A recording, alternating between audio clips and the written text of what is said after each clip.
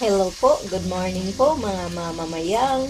Andito po tayo ngayong umagang ito dahil ako po'y magluluto ng ginataang octopus. Ito na po ang ating octopus. Napakalaki po nitong octopus na ito. Pero una po sa lahat ay pakukuluan ko po muna ito para lumambot. So, ngayon ay i-ready ko na ito upang mapakuluan ko na. Pero huhugasan ko po muna ng mainit na tubig. Ito pong gripo namin, may mainit po itong tubig. Kaya pwede po natin na dito huhugasan. At bago po natin ito papakuluan, mga mamamayang, ay lagyan po muna natin ng bawang. Tapos, luya, sibuyas, ayan pa yung luya, tapos sibuyas, tapos dahon ng laurel, at pamintang buo. Ayan. Maglalagay din po ako ng dahon ng cilantro. Ayan po.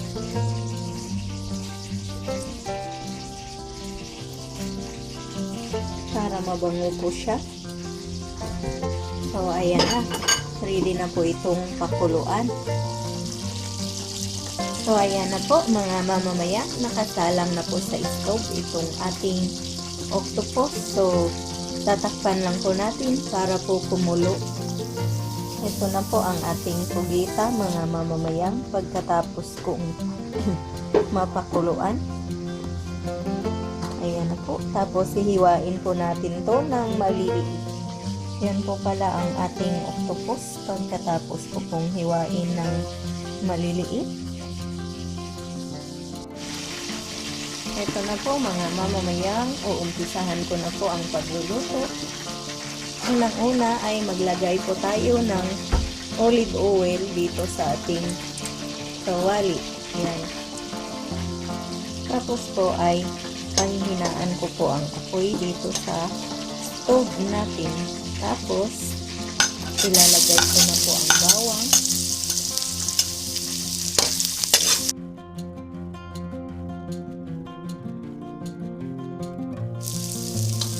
Pagkatapos po ay ilalagay ko na ang luya.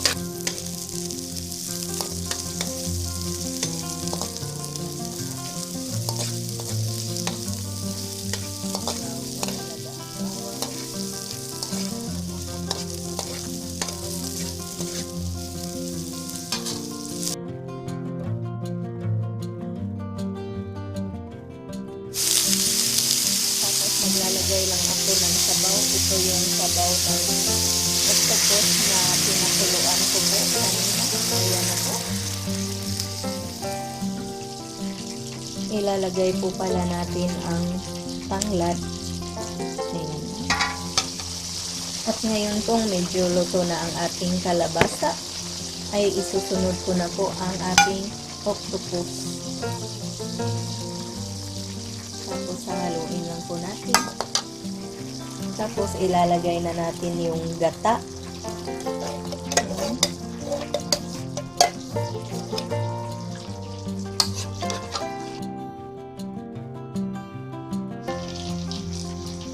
Tapos po mga mamamayang, maglalagay po tayo ng asin sa ating pugita.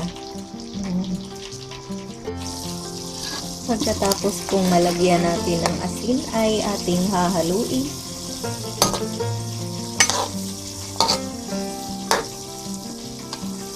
Pagkatapos po ay pwede nang ilagay ang siling haba. Yan. Or sili na green. Yan po mga mamamayang, hindi na po natin kailangan tatakpan. Babantayan na lang po natin na maluto itong sili. Tapos ay ilagay na natin ang ating mga spinach kapag naluto na ang sili. At ngayon po mga mamamayan, pwede ko nang isunod ang ating spinach. Ayan na po.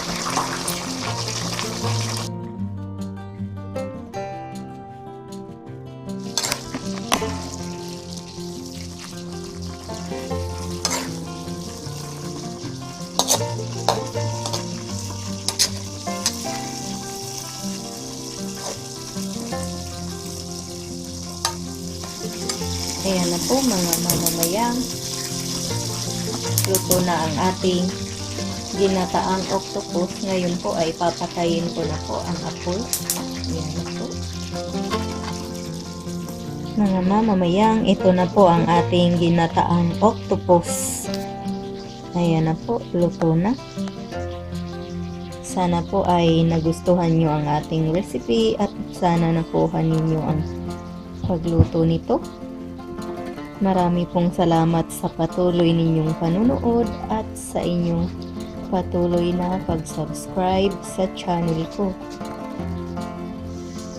Ito po ang inyong Ate Mayang na nagsasabing mabuhay!